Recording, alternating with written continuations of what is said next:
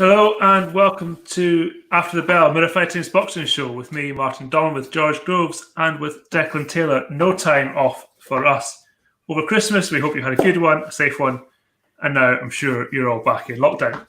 So instead of looking back, and given there was no boxing of note this weekend, we're going to look ahead to 2021. Cannot get any worse. We're going to start with our 3 fights to look forward to. Then I'm going to ask Deck and George some questions. I'm going to ask them to look into their crystal ball over the next 12 months. And then finally, we will look ahead to the first big fight of the new year next weekend as Luke Campbell travels to Dallas to take on Ryan Garcia. If you're watching the show, please do give the video a thumbs up, subscribe to the channel. If you're listening, please do rate and review. Gents, I trust you had a good Christmas. Yep, very good.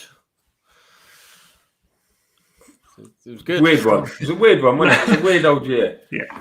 I mean, we weren't that. I wasn't that family that brought up. That went to the pub on Christmas morning and then came home, 2:00 for dinner. We never did that, so never noticed any difference. We were always at home, enduring each other, which is great. We love each other. Said with such conviction. Yeah, no. But it was good. It was good. It was good. What has been good about, if you like, the fact that there are no fans in boxing, we don't have to wait 2 months for a big fight. That's the one thing. Normally it's quiet at the start of the new year because no one's got any money to buy tickets. But as I said earlier, we go straight into it with Luke Campbell and Ryan Garcia. But that's a fight that is done and dusted. It's going to happen.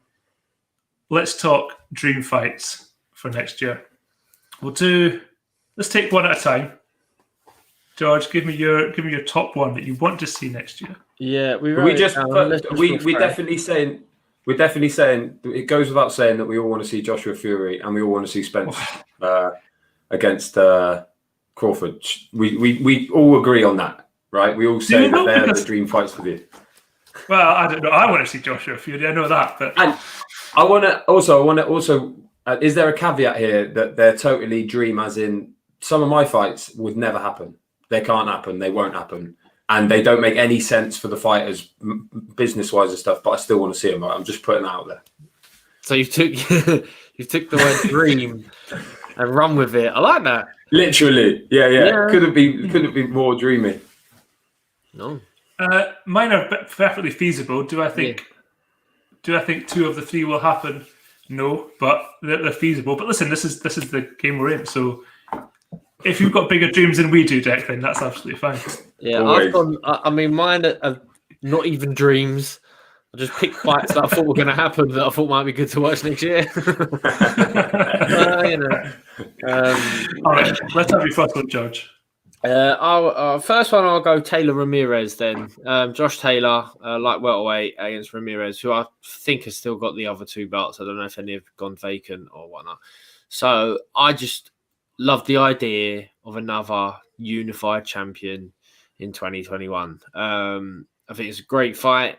Taylor, I was witnessed him make such a massive improvement when I was training alongside him in London. He went into the World Boxing Series, Super Series, in the second installment.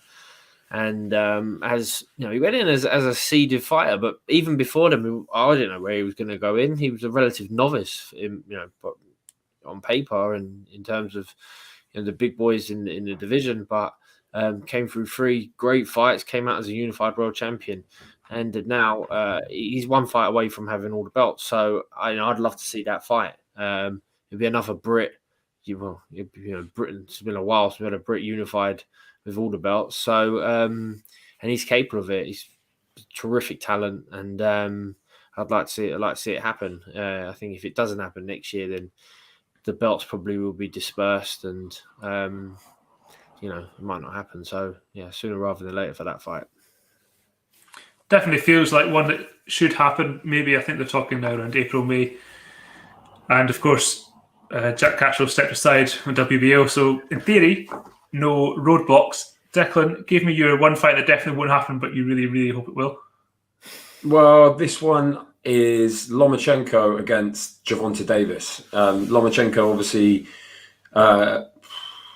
obviously beaten by Teofimo Lopez and written off a bit. And he's certainly come out with some strange stuff, like some great excuses from someone. You'd expect someone that great to have a load of excuses. But I think the Davis fight is a really nice style matchup. A couple of southpaws, but sometimes it works. And it's, it would be the chance for Lomachenko to prove that he's a little wizard again against a bit of a wrecking ball in Davis. That's my one. And it would be massive. Whoever wins that would be... I think Davis, the jury's out a little bit on him. He's had a slow career, or at least it hasn't gone as everyone would have imagined. But he beat Leo Santa Cruz with arguably knockout of the year. And now he needs a big one. That would be a massive scalp. But then obviously Lomachenko's trying to come back. So that could happen as well. There's a lot of matchups in that division. I just really like that one for all the other little angles from it. Does sound like Lomachenko will come back. He's had a bit to say about his defeat. So hopefully it's in a proper fight, if you like. Maybe not that one. But my first one features Canelo, who it would seem will be back in action in a couple of months. A homecoming in Mexico against Anvil Yildirim, which, listen, I'm sure nobody really wants to see, but at least it's an extra fight by the looks of things. Great shout from you, Mark. Yildirim versus Canelo is a dream. Great shout. He's always, ever since he was a kid, he's just been dreaming of it. Yeah. Let me get there. And then he's probably going to fight Billy Joe Saunders in May. There's some talk about a 2-fight deal with his own. But then when we fight September, it's got to be Beterbiev for me. And I'll tell you why. We know Canelo can fight all the super middleweights he wants, but it's not going to tell us anything, probably, other than he's the best super middleweight in the world. We know that. And sure, he'll get some nice belts and his trophy cabinet will be bolstered. But this is a legacy fight. This is a fight to say, listen, I am the man. Just the man. Not just the man at 168, but the man. Go up to 175 again. He's been there before. Sure, it wasn't as tough a test. But those are the fights that you write your name into boxing folklore with. So that's what I want to see till the end of the year. Harsh. I do. Harsh on Canelo. It's funny, actually. I'm sure you won't mind me telling you this, but Rob Tebbett from Boxing Social messaged me the other day. Very simple. 4 words. Canelo v. Char, who wins? Manuel Char heavyweight. Probably still WBA regular, I think. Probably is. Who wins? Could Canelo beat Manuel Char? Absolutely. That's an easier fight than Beterbiev. Yeah. You don't want to do a Roy Jones, do you? Go up, win a heavyweight belt, then can't come back down. No. But I thought we were going to see the first. I think it would have been the first all Mexican heavyweight world title fight, and he was going to fight Andy Ruiz, and I'd pick him to beat Ruiz, but that didn't happen. So it could happen. Okay, number 2 from you, George. Let's have a look. I think I went Spence Pacquiao. I think that can happen. I'd like to see that. It's got to be Spence's toughest fight to date. Maybe he had a great win over Garcia the other day, but will Pacquiao be a bit tougher? Something else to think about. Pacquiao's rolling back the years and he can punch, and I don't know. I just think that'd be a great fight for next year. We didn't put Crawford Spence in. Obviously that is the one in the division, but if that don't happen, which I'm not sure it will next year, I've gone Pacquiao Spence. I'd love to see it. I think it'd be fascinating. It might be another measuring stick for Spence, and it'd be a huge scalp to get Pacquiao, win over Pacquiao. And likewise, it might just be if Pacquiao beats him, where this guy is superhuman. So that's a fight I want to see. Does make plenty of sense. Let me just give me a sec. I'm just getting up Pacquiao's record because I looked at it the other day, and this is his last run of fights. Keith Thurman, Adrian Broner, Lucas Matisse. He obviously lost to Horn in a close one. But if you look, since he lost to Mayweather, he's got one of the best runs going. Tim Bradley, Jesse Vargas. The Horn fight could have gone either way. Okay, he lost on his record. Matisse, Broner, Thurman. Imagine he stuck Spence on there when everyone thinks he's finished. Or Crawford, any of them. It's just, he's a legend already. First ballot Hall of Famer, 100%. But imagine that. Imagine that for his legacy. And presumably a doable fight as well. You know, it's not perfectly. If Crawford doesn't fight Spence or Spence doesn't fight Crawford, then he should be looking for Pacquiao, you would think. You know, come spring, summer, when he returns to the ring. And I can't imagine Pacquiao would turn down the fight. I'm sure there's plenty of money in it. No chance. Declan, number 2. This one's a bit of a curveball. It was talked about a bit a few years ago, but it's sort of gone quiet now. But a domestic humdinger at middleweight or up a few pounds if necessary. Liam Williams against Chris Eubank Jr. because Liam Williams needs a big fight. Obviously, super talent, and since he's been at middleweight, looks like a machine. And Chris Eubank Jr., we haven't seen, you know, what was his last fight? The dodgy shoulder against Korobov, I think.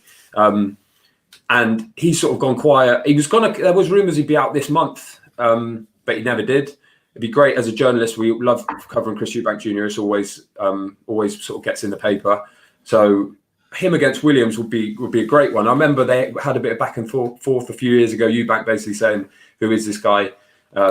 I think style-wise, it would be really good as well. So I'd love to see that. I mean, there's no reason why it couldn't happen either, but I assume that Eubank will probably start campaigning in America a bit more. So Williams might not be the opponent for him business-wise, but I think that would be it'd be a war, I think, from the start.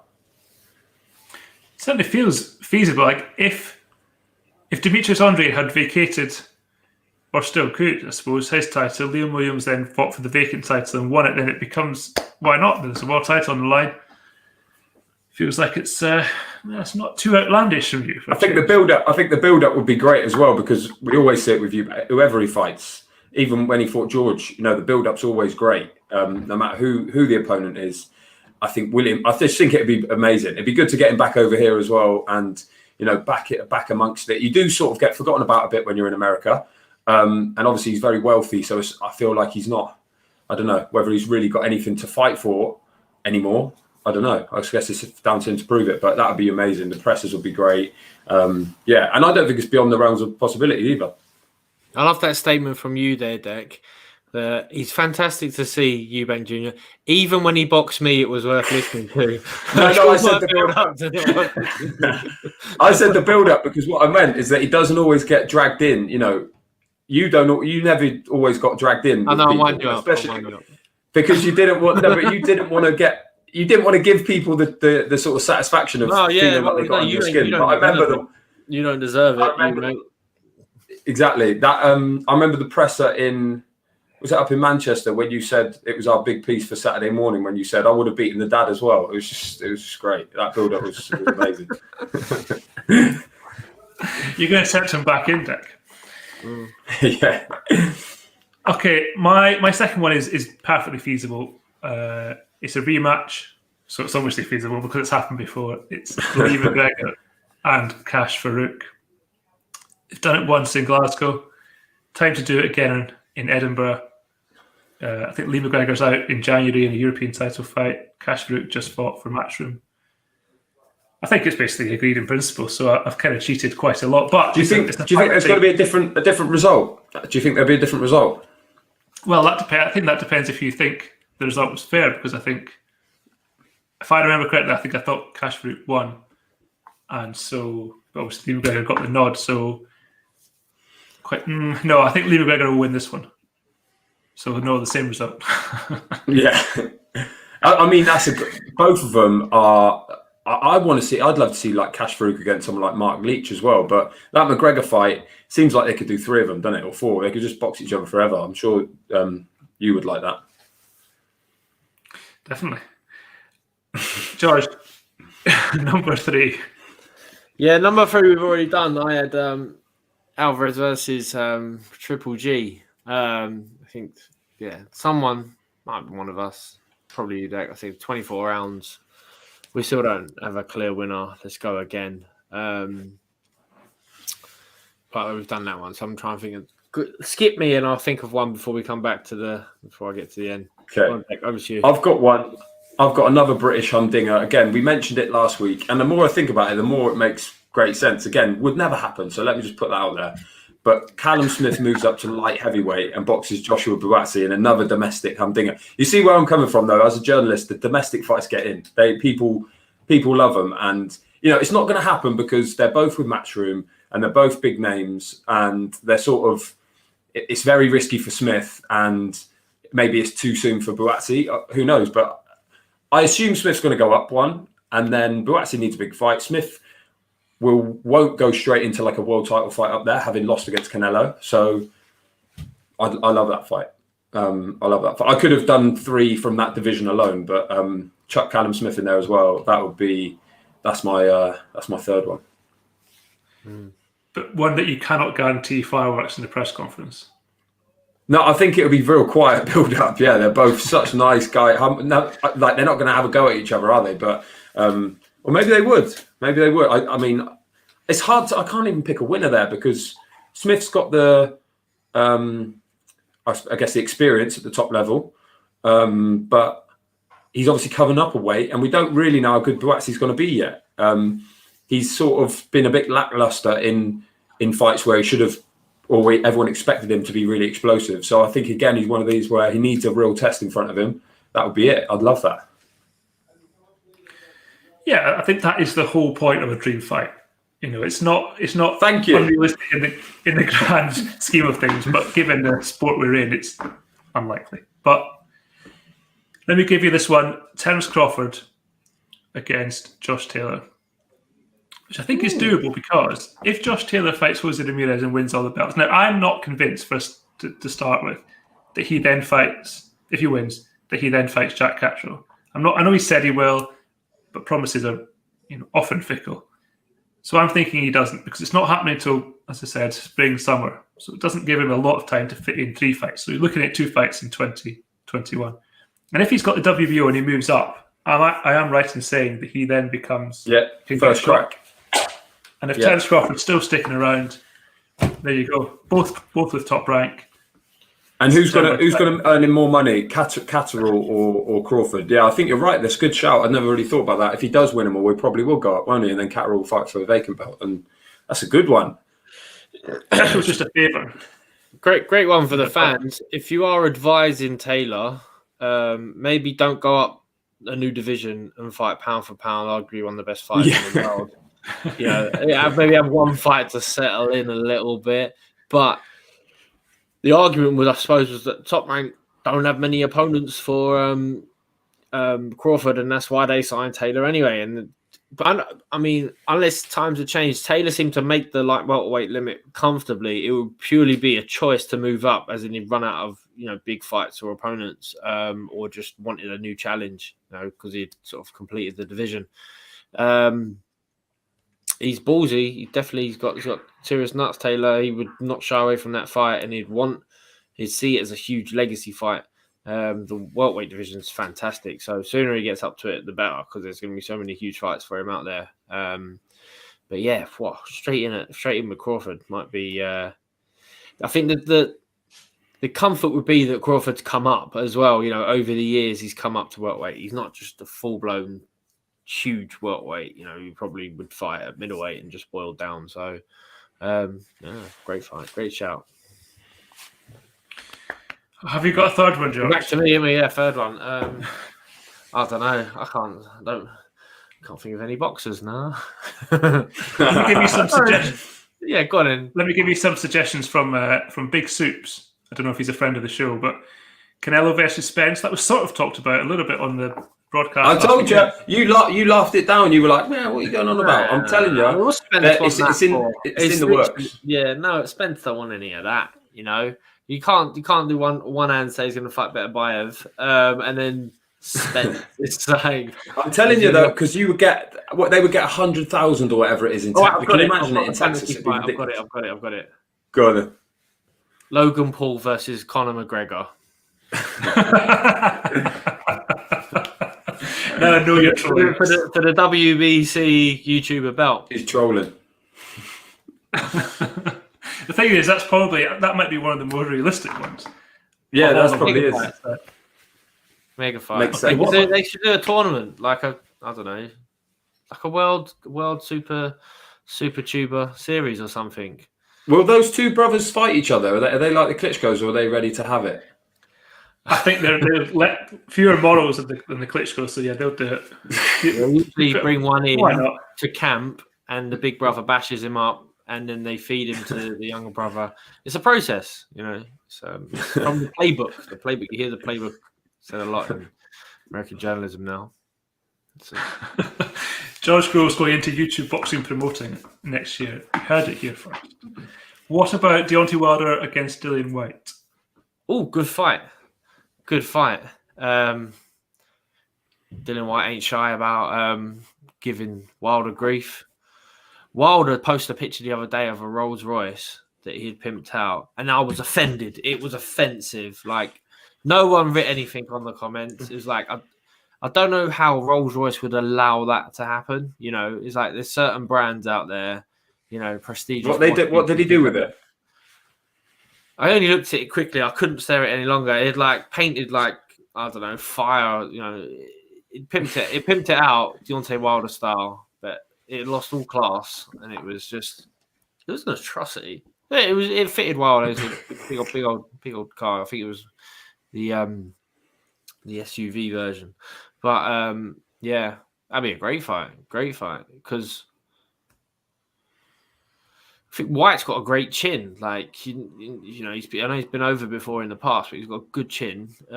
Sometimes he takes shots full-blooded, like, but he's still sort of there. You know, Wilder detonate that big right hand on his chin. If not, would he? We just have a Wilder, you know, if he gets beat again. But that'd be a great fight. Very good fight. Yeah, I wouldn't see White being able to navigate through 12 rounds without getting caught with a big one, but he might be able to get to Wilder before. And who knows what Wilder's going to be like now when he comes back after that beating he took from Fury. I think it's going to change him. So I'd love that. I mean, there's some great fights at heavyweight outside of the big one. You could put Andy Ruiz in with either of those guys as well. You got Ortiz still knocking around as well. It'd be, yeah, but it's funny, isn't it? Because Dylan White called for that fight when Wilder was a champion. He wasn't up for it. Now he's not a champion anymore. He's calling out Dylan White. It's funny how it goes. Certainly is one possible for next year. Now, I'm looking forward to this, actually. I'm going to ask you, what have we got? Maybe a dozen questions. Don't think about it too much. Basically about your predictions for the year ahead. And then in 12 months' time, if we're all still here, we'll have a look back and see who was correct. So the first one is, I'll do one at a time, George, then to Deck. Who will be Ring Magazine's pound for pound #1 at the end of 2021? George. Errol Spence. Canelo, easy. He's going to box 3 times next year. It's easy work. Okay. How many heavyweight world champions, WBC, WBO, IBF, WBA, just the main one, will there be at the end of 2021? 2. Yeah, 2. Okay. Will Jack Catterall fight either Josh Taylor or Jose Ramirez? No.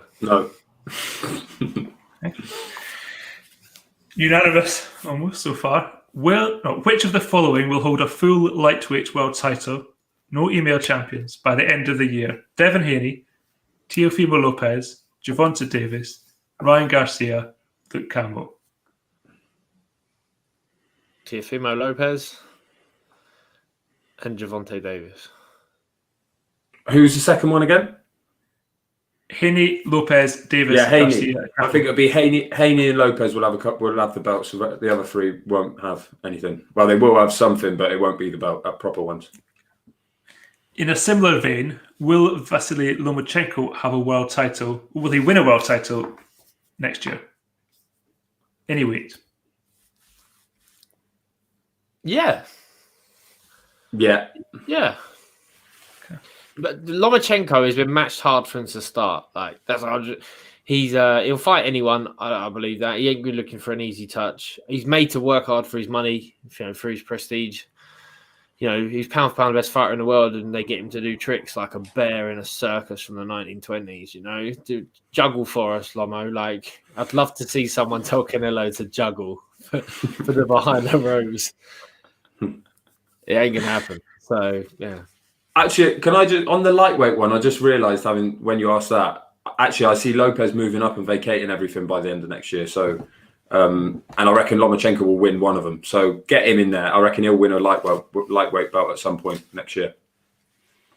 Okay. Yeah, okay. There are 9 full world champions from Britain and Ireland, male and female, right now. How many will there be in 12 months' time? Are we including women then? Is that absolutely female boxing as well? 30? 30. How many women world? How many female boxers have we got? They pick one a week. They're doing exceptionally well. That's a good point. So we're on do you reckon anyone's got to win a Bridgerweight title? Oh, that's the next question. Come on now. Whee! All right, let's carry on with this one. I'm just checking. I'm just having a quick look at the rankings to see who we've got in and around them, because you can guarantee that they'll get a couple will pick titles up, but then someone always loses one. I reckon we'll have 12 by the end of next year, and yeah, a couple more women in there. If you look at the champions we've got, who's going to lose? Like Josh Warrington looks like he'll be all right for next year. Maybe Frampton will win another belt. Who knows? Okay, 12 from Deck. George, you've got that. You can go higher or lower. I'll stick with 9. Higher or lower? Stick with 9. Oh, okay. Yeah. Okay, interesting. Will Eddie Hearn and Frank Warren break bread in 2021? In other words, will they have a slap-up meal for 2? No way. They're going to shut restaurants for the next 10 years. You've got to stay at home in your box. Tier 12. Yeah, Tier 12. It's the end of the world. They might team up together to get vaccinated, and then they'll sit side by side. Paranoid. I mean, the paranoia in boxing is unbelievable. So Frank will be worried that Eddie's not really getting the jab; he's getting saline solution. I'm going to say no to the breaking bread. We don't want them to break bread. We want them to be angry, and you want the promoters to dislike each other. It forces you to be a better promoter. Yeah, every now and again the fights can't get made, but when the money's there, the fight does get made. You got to have some competition. If there's only one promoter who's got everyone, the standard of boxing just goes down the toilet. So you've got. I mean. Long live, the rivals. Frank at times had to hang on in there, and I hope he hangs on in there for many years to come. Yeah, I don't see it. I reckon if they were going to, the one fight that they would come together for is Fury Joshua, but I feel like they'll go other ways. Like they'll speak to Fury's management company, they'll speak to Bob Arum. They won't necessarily have to break bread, but I think it's written actually in Tier 4. That's the one asterisk. It's like Frank Warren and Eddie Hearn are allowed to meet in a restaurant. That's the only allowance. But I don't see it happening. Yeah, fair point. Which weight divisions will we see in the next World Boxing Super Series? You can have as many as you like, but I guess George probably knows this. No. There's a Super Series I wasn't even sure if there was going to be another one. It seems like it's been exclusive. I mean, they like to do cruiserweights. You wouldn't want to back against cruiserweight again. It's like I think Call's favorite division. There's they usually go smaller division for some action, bigger division for because that's what they believe the world wants to see. Light heavyweights would be cool. See if they can get. I think they can get some real decent light heavyweights, affordable light heavyweights that are willing to fight each other with a couple of belts in there as well. If you sign up, I don't know what better buyers' purses are. If you can get like 1 or 2 of the champions in there then the rest will follow. I'm gonna go light heavyweight. I'm going to go. I think what they're going to do more so than how it was when George boxed in it is they're going to look at, rather than looking at the champions, they're going to target the sort of second tier, and it's like best of the rest winner emerges as the sort of number one contender. Because if you look through the divisions, you just see a lot of the champions just aren't going to do it, and they're not going to. They're managed already. You know that it's not the right thing to do. Light heavyweight, and that's why cruiserweight's always a good shout, because a lot of them, or you know, some of the big boys are with Sauerland already, so it sort of makes sense. But what about super bantamweight? I could see super bantamweight. You got a lot of guys in there, not big names. Angelo Leo's WBO champion. You've got Lewis Neary, you know, all of that lot still knocking about. So super bantam, it needs to be a division where the names are not massive. They're not earning real big money yet. And then they would be happy to sign up. So I'll say super bantam. Okay, interesting. Will Conor McGregor have a second professional boxing fight in 2021?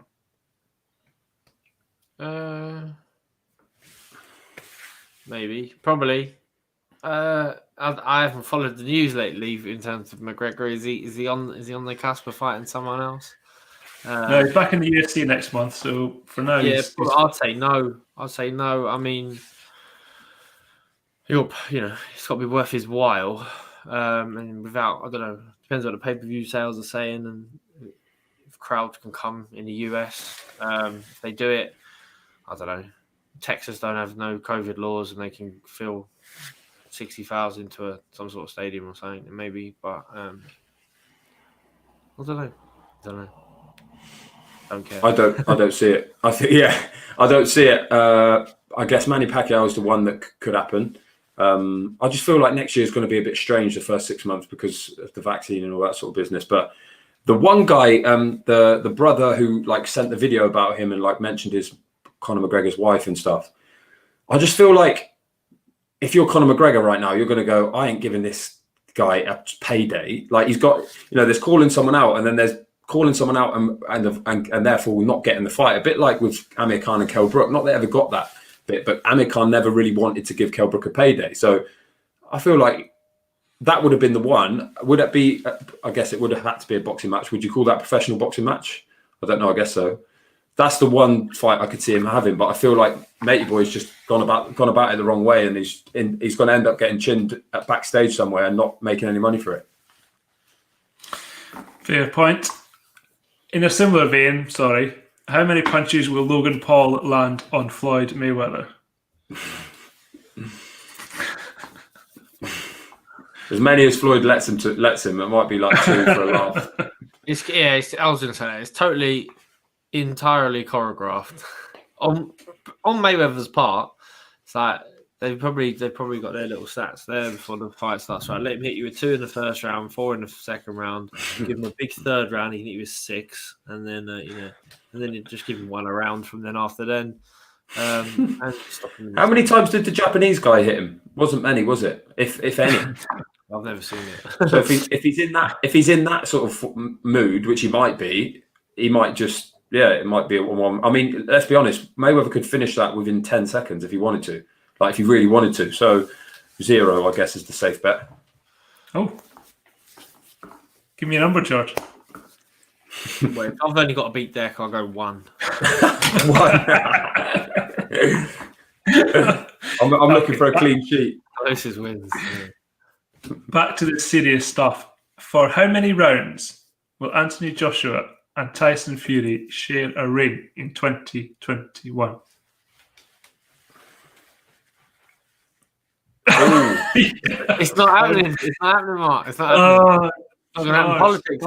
Look, you got Tyson Fury, who's got something to do with Frank Warren, who's something to do with Bob Arum, something to do with MTK. A lot of things to get over the line on a rival network with ESPN.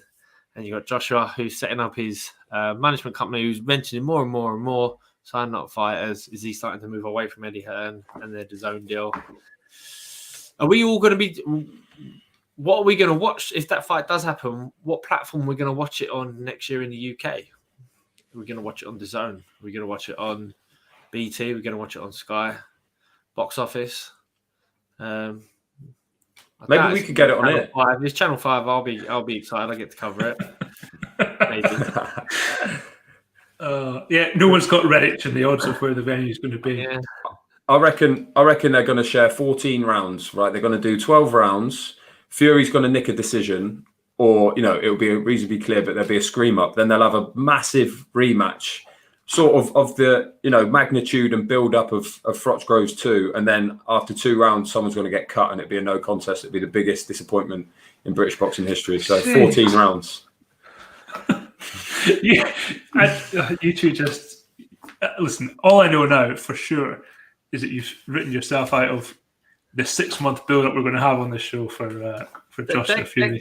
It's on to something there. I'm not going to go 14. If it does happen, it will just be 4 rounds. And clash of heads, stopped on a cut, 4 rounds. Fury wins. 3 rounds to 1, and then they'll box again. What about you, Martin? What do you think? How many rounds do you reckon that we'll get out of those 2? I think the first one, 9. Fury will do the business in 9. Wow. Actually, I am not convinced. I'm not convinced there'll be a second one. So I'll go with 9. But I'm a little bit, in all seriousness, I'm not sure how this is going to work time-wise, because it ain't going to happen in England now this summer, because we can't get a crowd in. You're not going to get 100,000 people into Wembley. It's not going to be allowed. So they're going to have to go to Saudi. But can they go to Saudi in the summer when it's like 50 degrees or whatever? Then you've got Ramadan, which I don't think they'll be able to box during then. And then you're into like September, October, November. So maybe it will only be 1. And then actually it will probably then get to like December and they'll go to Saudi for it. So maybe within a year, this follow-up show that we do 1 year from now will be we would have sort of be discussing the 12 round controversial decision, whichever way it goes. All right. So what are your final answers? 12. None. Okay. Right. Next question. How many Bridgerweight world champions will be crowned in 2021? How many what, sorry? Exactly.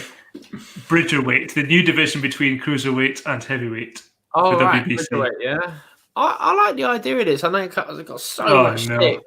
But I'm a fan. Why not have a new division? You still got the heavyweights. But you do need... I mean, surely you need it. I mean, there are cruiserweights out there that would be dead against it because they can't get to 16 stone, but they can get to 15 stone and fight a heavyweight.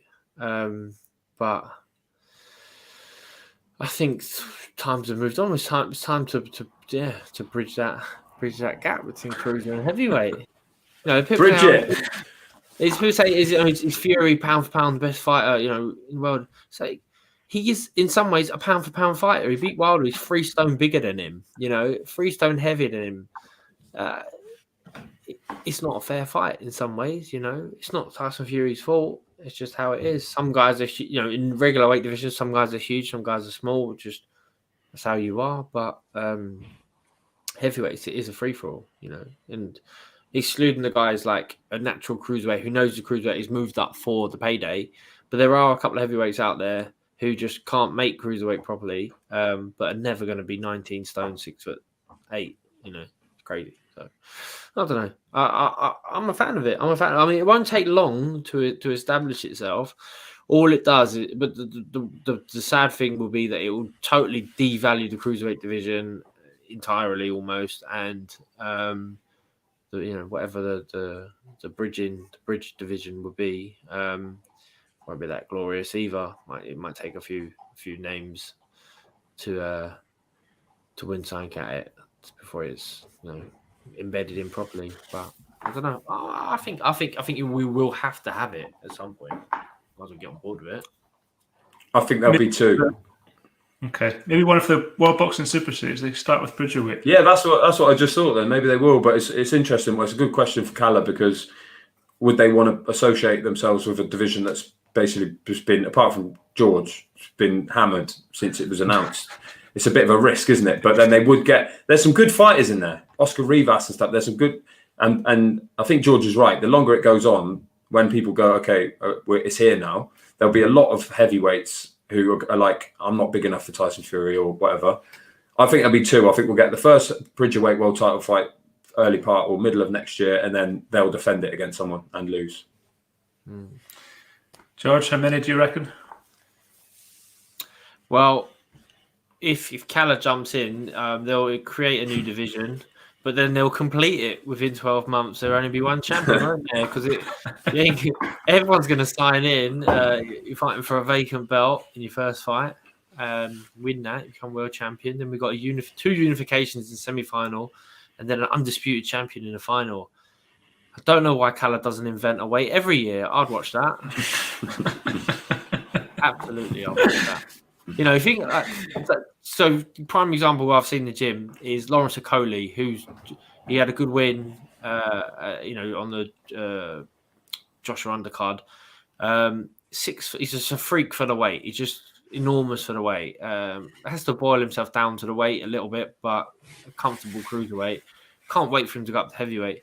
I don't know what his thoughts would be on it, because it's like, he's a heavyweight. To be in his prime heavyweight, he might be 15 and a half stone, but he's got the power, to mix it with the big guys. But he wants to stay light on his feet and agile. If you told him, no, mate, you've got to get above 16 stone to be in there with the prestigious names in the division to make the money, he might be like, oh, that's hard work. I'm actually going to negatively affect my performance by making myself heavier than I need to be. So it's interesting. It'd be good to put it out to the panel. We should ask the cruiserweights out there, do you want another division? Because then I think of the likes of, say, Dave Allen, who's never going to win a world title at heavyweight. But if he gets himself fit, he might be a contender. He might be a fringe contender. George, you're dangerously close here to giving Martin an excuse to bring up Alan Babbage. Yeah, there you go. Here's the inaugural WBC Bridgerweight World Title fight: Alan Babbage against Dave Allen. I can't believe you didn't put that in your dream fights. Just Alan Babbage shadow boxing. Yeah, I mean, I don't know how public my critiquing of the Babbage is, but yeah, it's pretty public. It's hard to watch. It's real hard to watch sometimes. Let's not celebrate mediocrity. Let's hope for some quality being produced next year. Some quality being developed. It's not all about heavyweight boxing. You can't just fill your shows with female boxing, because you can accelerate them quickly for world title fights. Let's see some real prospects getting back into it. I almost put this one down was Josh Kelly versus Conor Ben, a domestic fight. I want to see it. Like, I do want to see it. I think Conor Ben's made tremendous improvement, and I think Josh Kelly hasn't.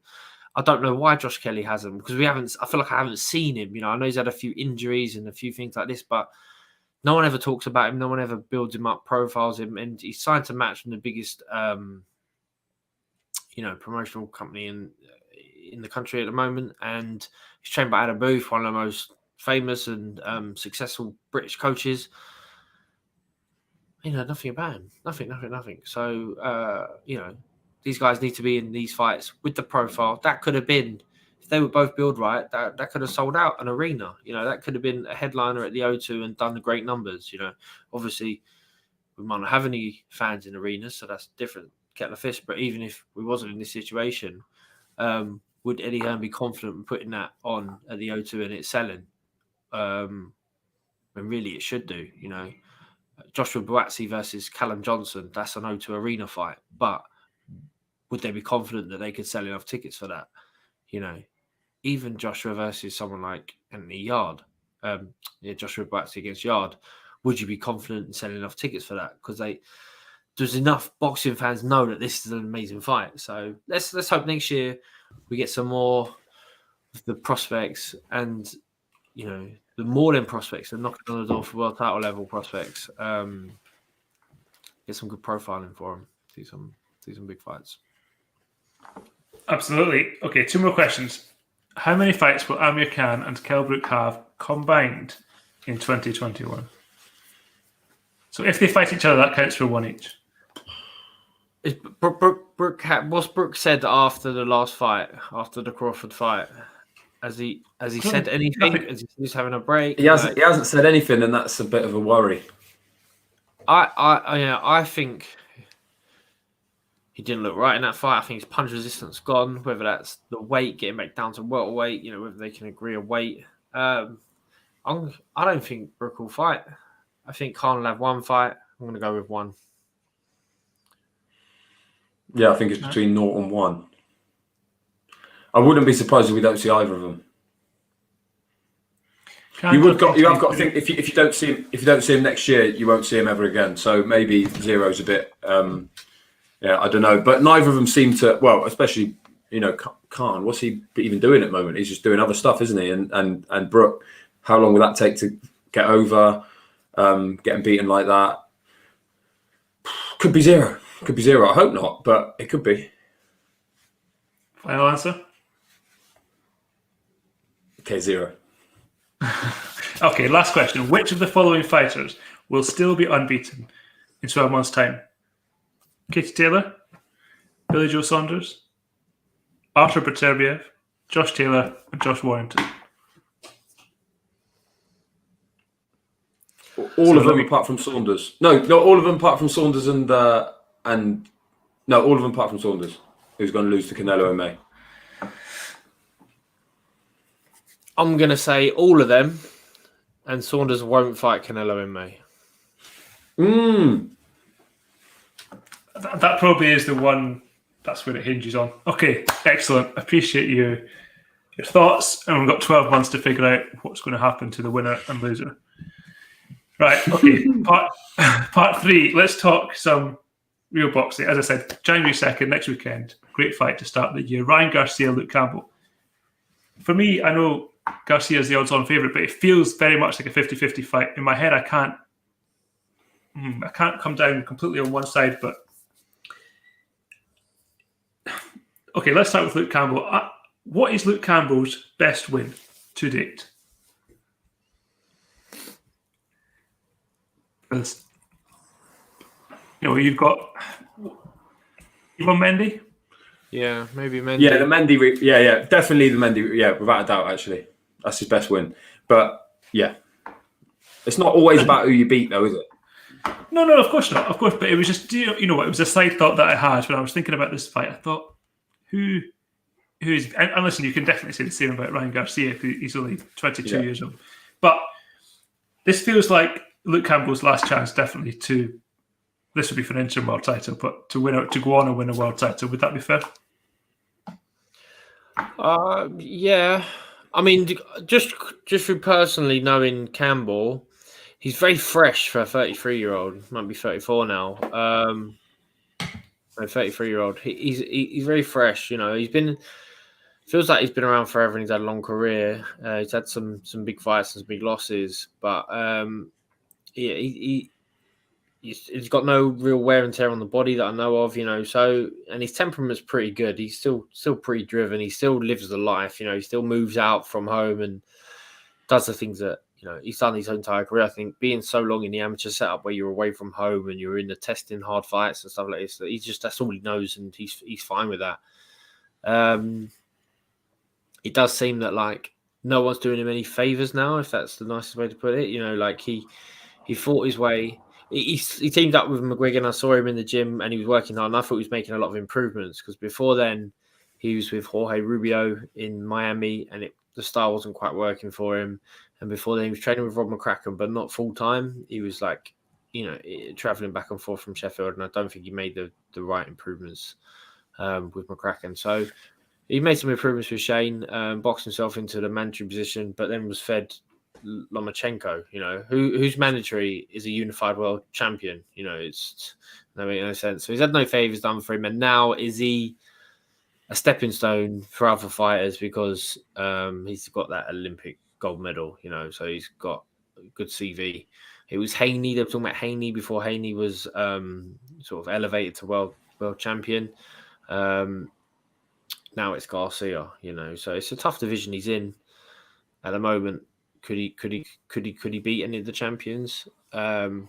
But if Lopez does move up and they all sort of scatter, he could win a world title even through losing to Garcia, next month. But it's a tough fight, tough ask. For me, it's always going to be down to, at the moment, who's managed to get their prep right. So, I mean, fighting a couple of days into the new year where you've had to train and live the life over Christmas and New Year, and Campbell's now away from home. He's in Dallas. I think they only found out they were going to Dallas the last minute. They thought he was going to be in California. So he's there. He's away from his family. As long as his head's screwed on and he can go out and give a good account of himself. And then it's down to what's Garcia's prep been like? How much notice does he have for this fight? How much notice does he usually need? Is he able to fight at a drop of a hat at the worst time in the year, for a late notice fight? So the interesting one. But I still think Campbell's in there, and even if it doesn't go his way, I wouldn't write him off. He's definitely not going to come out and go, right, well, thank you, but I'm off now. I don't think that's in his mindset at all. I guess the question, Dick, with this fight is, can Campbell improve much on what we've seen so far? And just how much potential is there in Ryan Garcia, who's obviously very talented, but again, you can't glean too much from his record. He's got fast hands, a couple of first-round knockouts. His last one against Fonseca, especially, clearly got power. Is it a question of just how much more he's got in the tank, or how much? Yeah, that's why. That's why I'm so excited about the fight, because it is those intangible stuff we don't know yet. So many questions. Because Garcia looks great, obviously he looks the part. His record's good. He's young, fast, powerful. I think he beat Devin Haney in the amateurs. So, he has this pedigree. But at 22, he doesn't know much. And if you look at his record, like you say, Fonseca was a first round. A lot of his stoppages have been early. He's never done a 12-rounder. So what do we really? What do you know about him? He's reasonably, without being disrespectful, he's kind of obnoxious, isn't he? That's his thing on Insta, and he's loud and out there a bit. But they're sort of how they are told to be now, or at least that seems to be how you make a noise. So that's what he is. But with Campbell, he just knows a lot. Like I said earlier, it's not necessarily about who he's beaten, but he's done 12 rounds with Lomachenko and Linares, two of the best pure boxers of the generation. Not really hurt in either of them. Okay, he didn't win, but he would have learned massive amounts from those fights. So he's seen it all in that sense. He's long. I think I was looking. Garcia apparently is taller than Campbell, but Campbell's got these long arms, southpaw, awkward. Nobody's ever really going to look good against him, particularly not, for me, a young guy like Garcia. So I feel like if Garcia goes and if he comes out and he's the real deal and his power is exceptional, which he's shown glimpses of, then, if he can knock Campbell out early, then yeah. But I just wonder whether it's one of them. A little bit, I don't know, this might sound like a strange comparison, but a little bit David Hay, Carl Thompson sort of thing, where he might just tire and might just sort of get to 8, 9, 10 rounds and be like, okay, I've hit him with, or I'm not really landing. I can't really get anything off. What am I supposed to do here? And then Campbell can just sort of take over a little bit. What I am a bit concerned about is, can Campbell get a decision out there? I would think probably not. And you would think there might be a lot of close rounds. I don't know. It's really hard one to see. I don't see Campbell getting knocked out. So then I see him making it a really difficult, awkward night for Garcia. I think the smart money will be on a Garcia points win, but narrow and not particularly exciting. I feel like that's the thing that's sort of staring us in the face. But it could go either way. You're right. What is Campbell? Something like 4-1 with some people. I don't think it's a 4-1 fight. No, I think it's definitely much closer. George, just on that point of of Ryan Garcia getting in there and suddenly experiencing something he hasn't before, that's bound to be quite... I think that is probably Luke Campbell's best chance, as Deck said, right? Yeah. I mean, this, who knows, hindsight's a better thing, that this might be perfect matchmaking for Garcia, because it's that test, against a guy who's got a couple of losses on his record, competed at the highest level, but through the losses, we've seen enough about him now to beat him.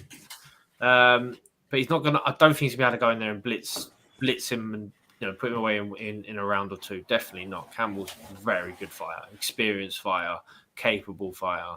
I mean, it might get cold or something, but I don't see that happening. What Campbell's very good at, right? He's got that style that he throws them long, loopy, bolo, bent arm shots, right? And they're the shots you need to throw with someone who's got fast hands, because you have to punch with them. So you don't try and catch and punch off them because they're too quick. They've already got their shots gone, and they've either cut loose or they've made a defensive move or whatnot. So you have to, as soon as you see something coming, you make a head movement and you punch with them. The best shots to throw with them are the bent arm shots. So even if it looks like a straight right, it's coming at an angle where it's bent over. Campbell is exceptional at that, and I'm assuming that's what he's been drilling throughout this camp.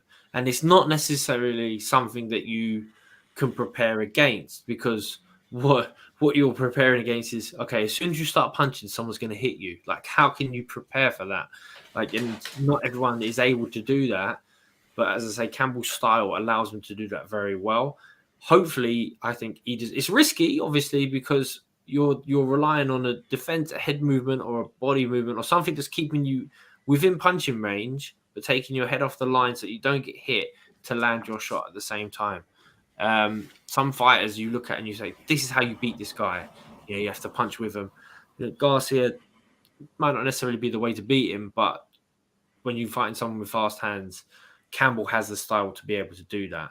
So, and that could be interesting. If all of a sudden Garcia is trying to let stuff off, but he's getting hit with sickening, horrible shots at the same time. Stuff that goes behind the elbow, through the middle, up under the chin, and hits you in the throat. All these little things, and then the rounds start eeping by. It'd be interesting to see what his temperament is. If he was just expecting to roll this guy over, and have a nice little Instagram highlight reel knockout, and then he can talk about it before his next fight, and then start chasing the guys. He's already talking about beyond Campbell. He's talking about Haney and the other champions out there and how he's going to do to them. Whether he's saying that just for the cameras or whether he truly believes it or not, karma or whatnot sometimes can jump up and bite you, and it's not nice especially if you have genuinely looked past the guy in front of you. Campbell's definitely not that guy to look past. I thought everyone says what a fantastic account he gave of himself against Lomachenko, and he did, but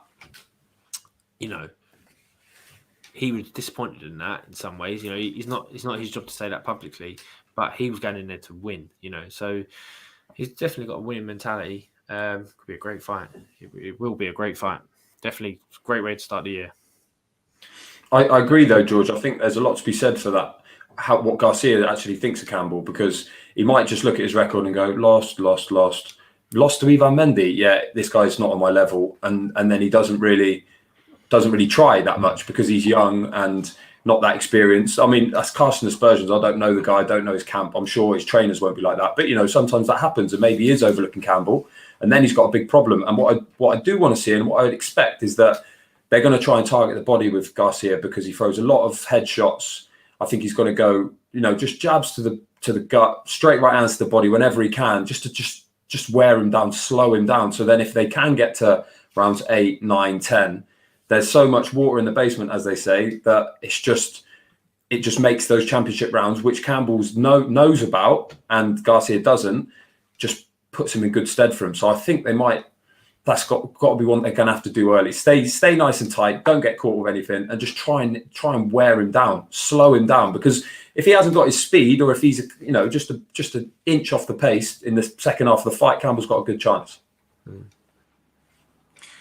And another fight on DAZN, which is still, I believe, $1.99 a month in the UK. We'll be back in the hours after that fight next Sunday with a look back, a review. And actually, I don't think there's very much more coming in January until the end, but we'll focus on that fight, see whether Luke Campbell does indeed go again, or whether Ryan Garcia is the second coming. Thank you, George. Thank you, Dec, for your time over this Christmas weekend. And we'll see you both next weekend. Happy New Year, chaps. Happy New Year, everyone. Happy New Year.